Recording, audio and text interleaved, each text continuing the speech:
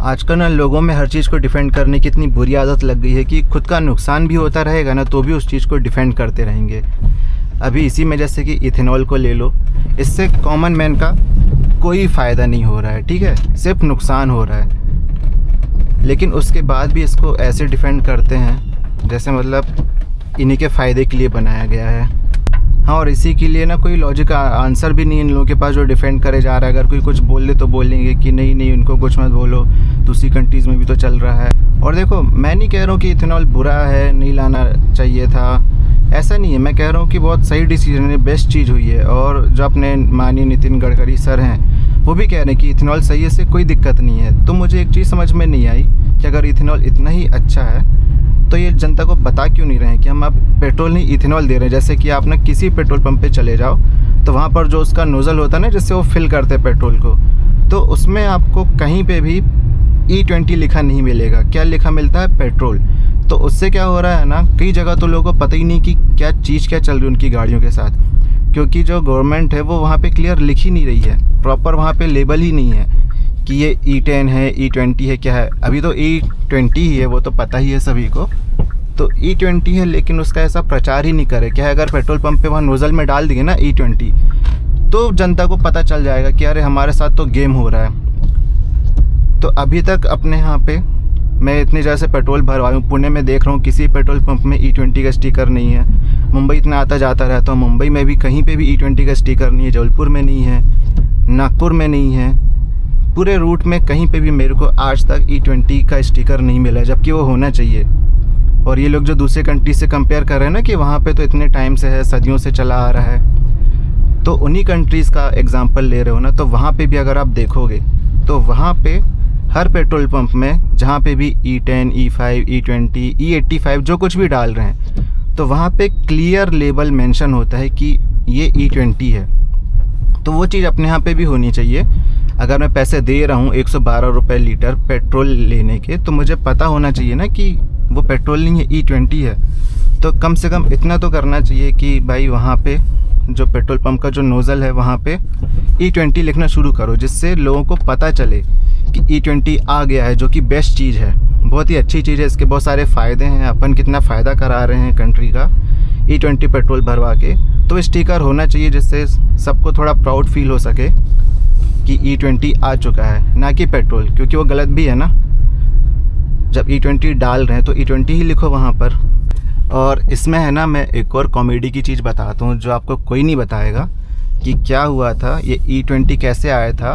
2021 में जो अपना नीति आयोग है, सियाम है और ARAI है, automotive research authority of India, तो इन सब ने मिलके, इंडियन ऑयल के साथ मिलके, और भी कई सारे लोग थे, उन सब के साथ मिलके है ना एक रिसर्च करी थी E20 पे कि E20 का क्या इम्पैक्ट होता है इंजन पे, गाड़ी पे, मेटल पे, रबर पे, उससे क्या इम्पैक्ट होता है। और उसके बाद फिर इन लोगों ने पूरा रोड मैप बनाया कि अपन ऐसे ऐसे करके लाएंगे। वहाँ पे उन लोगों ने उससे के सारे फ़ायदे नुकसान जो है वो देख लिए। तो ये सब चीज़ हो गई थी 2021 में। अब कॉमेडी इसमें कहाँ पर हो रही है, ईयर 2021 में इंडिया में कोई भी गाड़ी E20 मार्केट में अवेलेबल ही नहीं थी, तो टेस्टिंग कौन सी गाड़ी पे कर ली।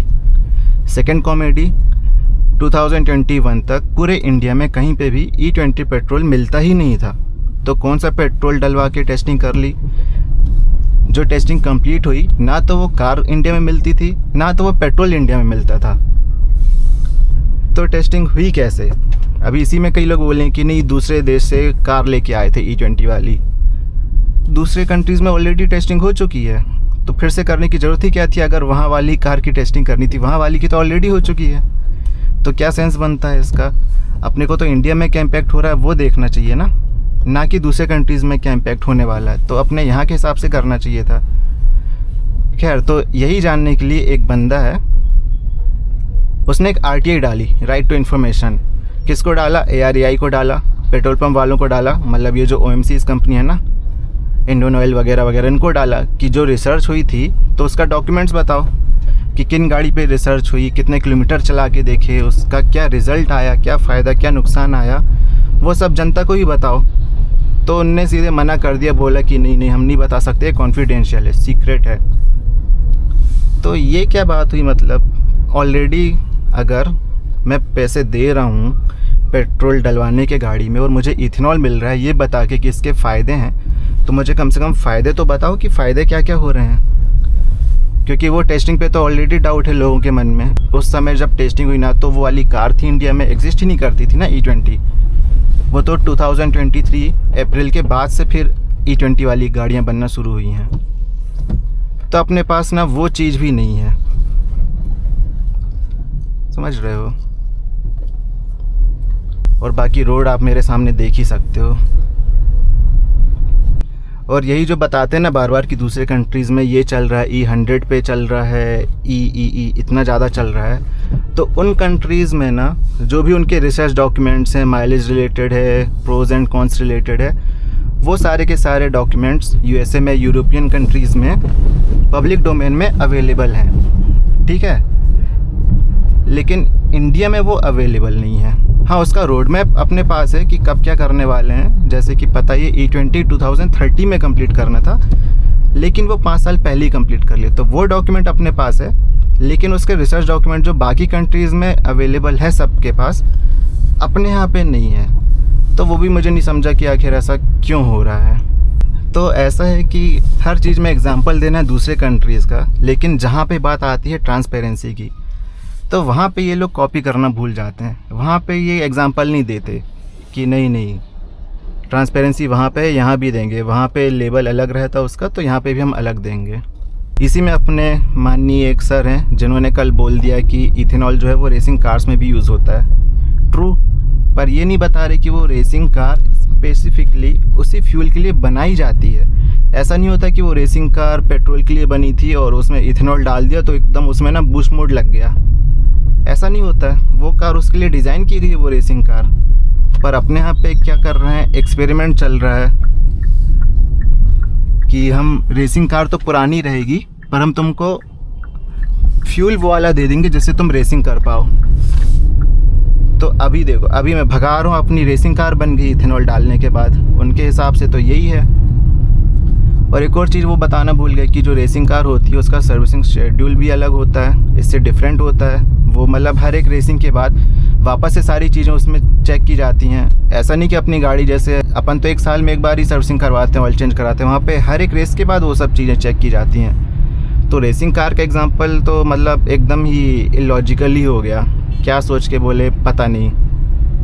अब यहाँ पे ना थोड़ा फैक्ट्स की बात कर लेते हैं। तो देखो, जो इथेनॉल होता है उसमें प्योर पेट्रोल के मुकाबले 33% कम एनर्जी होती है, जिसका मतलब सीधे सीधे से है कि अगर आपको कहीं पे जाने के लिए 1 लीटर पेट्रोल लगता था तो अब उसमें 7% और ज़्यादा लगेगा। और ये आइडियल कंडीशन पे बात करो, मतलब जब ऐसे रोड एकदम खाली है, आप आराम से 5th गियर पे क्रूज़ कर रहे हो, तब 7% ज़्यादा फ्यूल लगेगा E20 वाला प्योर पेट्रोल के मुकाबले। लेकिन ये चीज़ एकदम चेंज हो जाती है जब आप एकदम ट्रैफिक पे ड्राइव करना शुरू करते हो। ट्रैफिक पे चीज़ें बदल जाती है। ट्रैफिक पे ड्राइव कर रहे हो, मान लो AC भी चला रहे हो, धूप है जैसे कि अभी है धूप अच्छी खासी, तो ऐसी कंडीशन में जो माइलेज है ना वो और स्पीड से डाउन होता है। तो सिर्फ 7% नहीं, वहाँ पर वो और ज़्यादा कम होगा माइलेज, ठीक है। और ये 7% नितिन सर ने भी लास्ट ईयर एक्सेप्ट किया था कि हाँ जो है माइलेज है E20 कंप्लाइंट कार में भी 7% कम हो जाता है। ऐसा उन लोगों ने एक्सेप्ट किया था लास्ट ईयर भी। तो अगर कोई इसको डिफेंड कर रहा है कि E20 कार वालों को कोई दिक्कत नहीं आएगी, तो दिक्कत कोई नहीं आएगी, लेकिन माइलेज ड्रॉप होगा, ठीक है। और जो भी गाड़ियाँ जो भी E20 के लिए नहीं बनी है, E10 तक के लिए बनी हैं, तो उनमें दिक्कत आएगी और उनमें माइलेज और ज़्यादा ड्रॉप होगा, क्योंकि उसका ECU वगैरह भी उसके लिए ट्यून नहीं किया गया है कि कितना उसको इग्निशन देना है, कितना कंप्रेशन रेशियो रखना है, वो सारी चीज़ें उसके लिए ट्यून की ही नहीं गई है ना, तो उनमें प्रॉब्लम आएगी। बाकी मेरी कार E20 कंप्लाइंट है तो इसमें नहीं आएगी दिक्कत कुछ भी।